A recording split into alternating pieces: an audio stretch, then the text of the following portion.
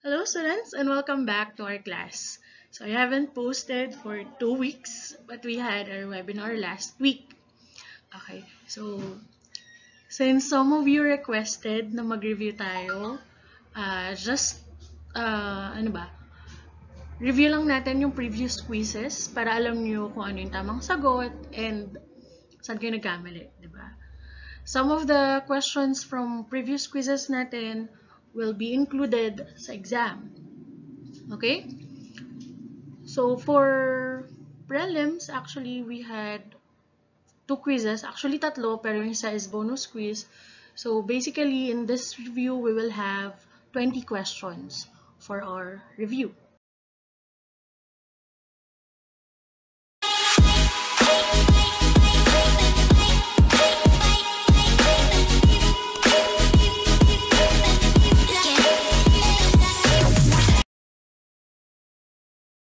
Anyway, this review will be divided into 3 parts. Una, yung multiple choice natin, and then we have our true or false, and I will give you a glimpse, okay, of your exam. So, some of the categories and the type of exam. Okay?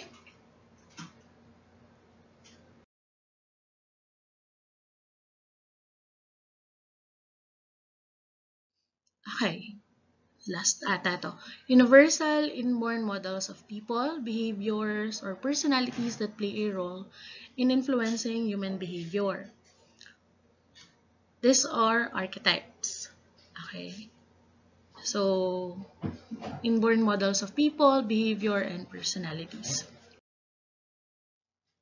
Yung first question natin for multiple choice is about philosophical perspective of the self. Sabi dito, he integrated the views of Plato and Christianity. His view of the human person reflects the entire spirit of the medieval period. I'll be honest. Sinasagutan ko yung mga quizzes nyo before ko siya i-forward sa inyo to ensure na walang error. Nung tinry ko to, medyo nalito rin ako. Okay?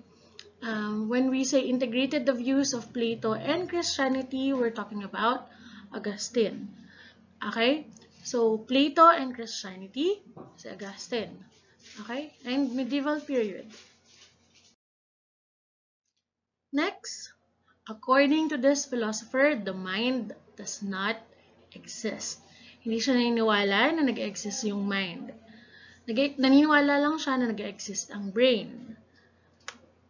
This is Paul Churchland. The ego develops during what psychosexual stage? Kailan ba nagde-develop yung ego? Nagde-develop siya during the oral stage. Ibig sabihin, simula nang ipanganak tayo, meron na tayong ego. Kasi ano ba yung ego? Ito yung gusto niya lahat makukuha niya. And if iisipin natin, di ba? Nung baby tayo, nung bata, or yung mga babies ngayon, para sumakit yung mata ko. Anyway, yung mga babies, di ba? Pag gutom sila. Eh ano kung puyat ka ng 2 araw at ngayon ka lang makakatulog, eh gutom ako, diba? Gusto ko to at kailangan kong makuha siya nga agad. So, ego develops during the oral stage. Okay, the soul represents reproduction and growth that every being, meaning included ang plants, animals, and humans, possess. Okay. Ano yung sagot dito? Ang sagot dito is the vegetative soul. Remember, may tatlong soul na pinurpose si Aristotle. We have vegetative, sentient, and rational. At sa vegetative, kasama ang plants, animals, and humans. So, naniniwala siya na lahat ng being ay merong vegetative soul. However, pagpunta dun sa sentient soul, or the emotion, the feeling soul, okay? Niniwala siya, ang meron lang nito, at mobility included, I believe. Ang meron lang nito are animals and humans because plants cannot move, okay? Or mobility, maliban syempre dun sa mga pollen nila and all. But anyway, so yun yung pininiwalaan niya. And then rational, soul is what makes humans human. Yun yung sabi niya. Kasi only humans ang meron ng rational soul, where we can think, okay, over our actions. Next, we have I act, therefore I am. The line that best describes this philosopher's concept of the self. So, medyo you have to remember yung mga sinabi nila. Merong I think, therefore I am. I doubt, therefore I am. Or I am doubting, therefore I am. And I act, therefore I am. So, medyo confusing siya kasi medyo similar sila. So, for I act, therefore I am, that's Gilbert Ryle. According to this philosopher, the idea of personal identity is a result of imagination. Okay, there is no self. Naniniwala siya, si David Hume. Meron pa pala. Ito, application din to. This falls under psychological defense mechanism. Yung 10 nating psychological defense mechanism under Sigmund Freud. So dito sabi, Marie was raped when she was a kid.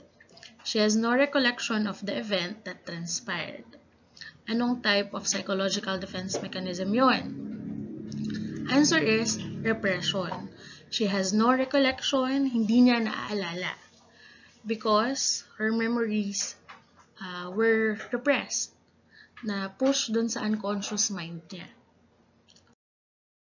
Okay, situational ulit. Mario and his girlfriend had a misunderstanding and decided to end the relationship. Nag-break, walang forever. Okay? At dahil na-frustrate si Mario, sinuntok niya yung wall. Anong type of psychological defense mechanism yon? This is displacement. Okay? Bakit? Ano ba yung displacement? Fino-focus mo yung unwanted emotions, unwanted feelings, unwanted anxiety, okay, to another less threatening entity or individual. So, ano ba yung example ko dito dati? Ang example ko dati dito is, pinagalitan ka ng boss mo, pero dahil hindi ka makasagot sa boss mo, syempre, boss mo yun, baka mawalan kang trabaho, di ba?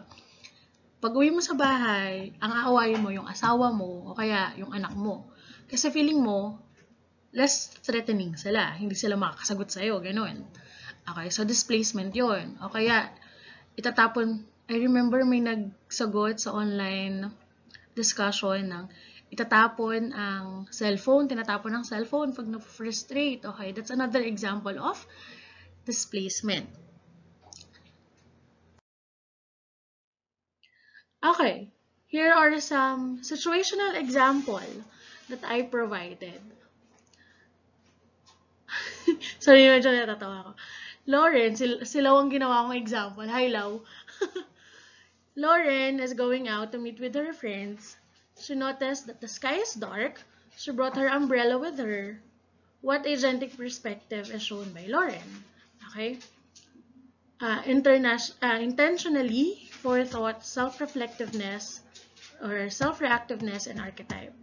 The answer is forethought.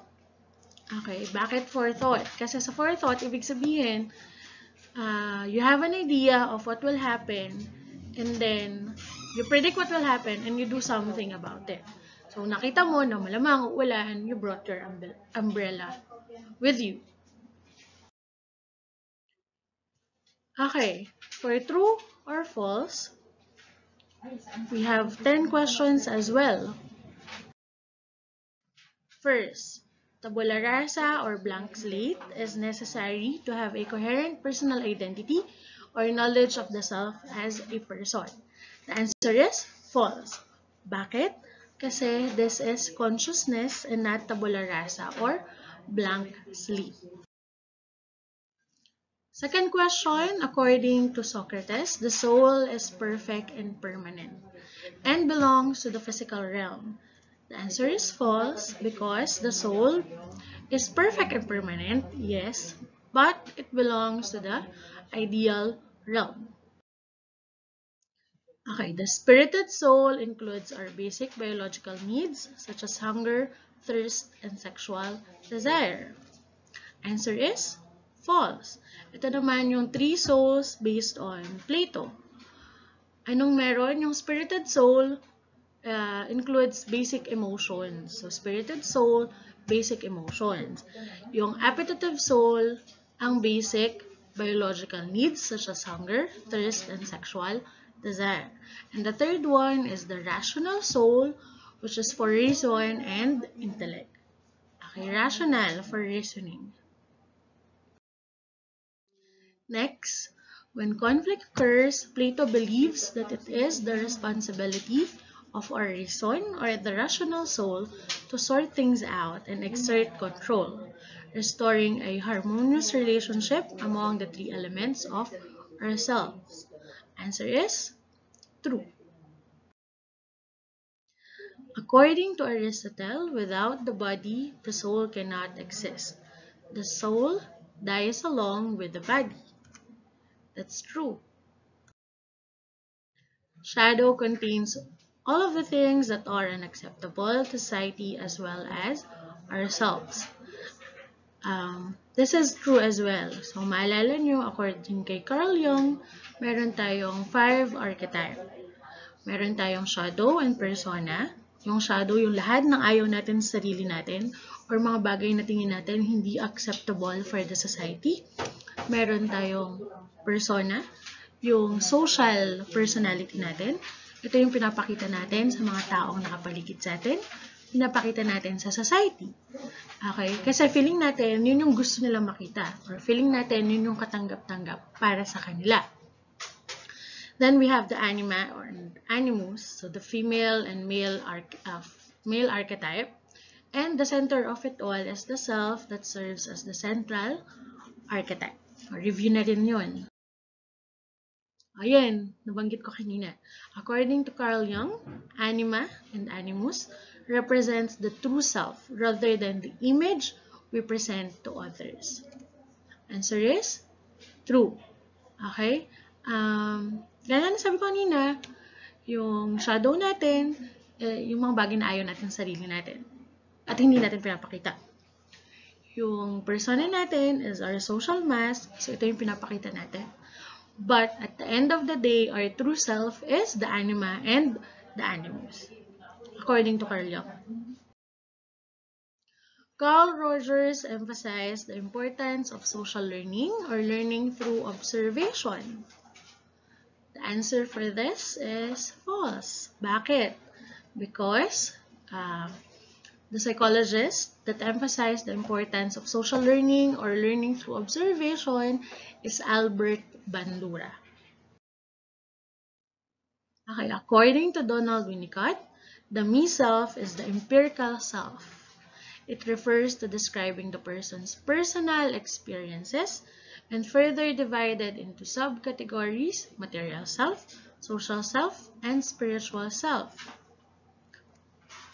That's false. Bakit? It's not Donald Winnicott. Okay, that's William James. Okay, Albert Bandura postulates that humans don't just react to experience, they also serve as agents of experience. It is highlighted in his 4-agentic perspective. That's true. Kanina na-mention ko yung 4-agentic perspective: intentionally, forethought, self-reflectiveness, and self-reactiveness.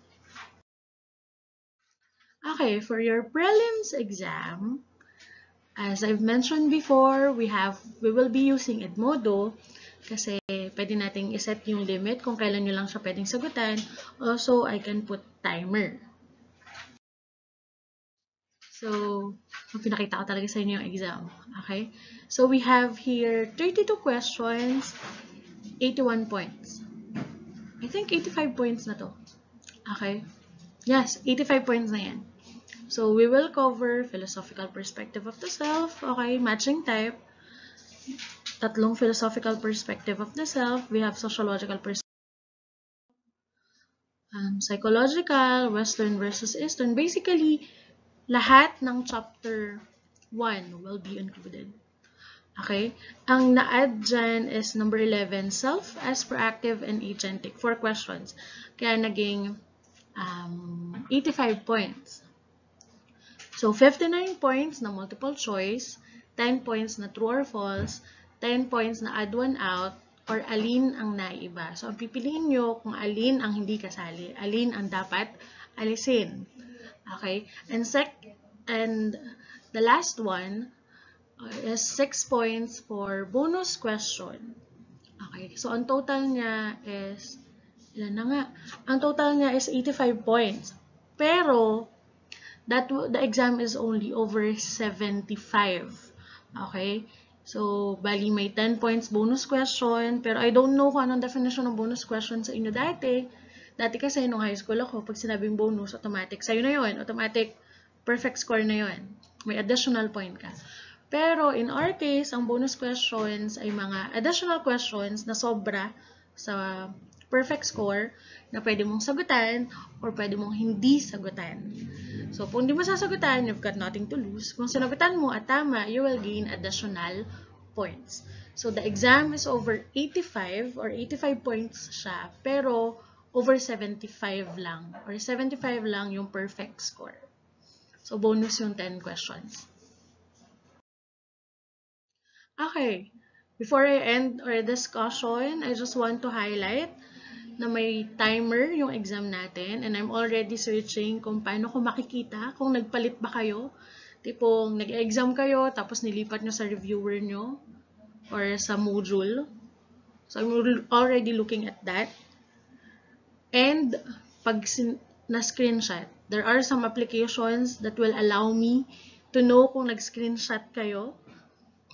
And if you violated that, there will be deductions. Okay, class? What else? Make sure that you have the Edmodo app kasi kaya tayo nag-practice quiz para ma-experience nyo paano siya gawin. And hindi siya mag-work kung phone yung gamit nyo at gagamitin nyo yung browser. So, dapat nasa Edmodo app kayo or you're using a laptop. So, please make sure na meron kayong Edmodo app. And member na kayo ng group natin or class sa Edmodo. Kasi I will posting your exam there at 12 midnight later. Okay? If you have questions, you know the drill. You can send me a private message sa group natin or you can send me an email at arceliuslarateresa@gmail.com. Bye, class!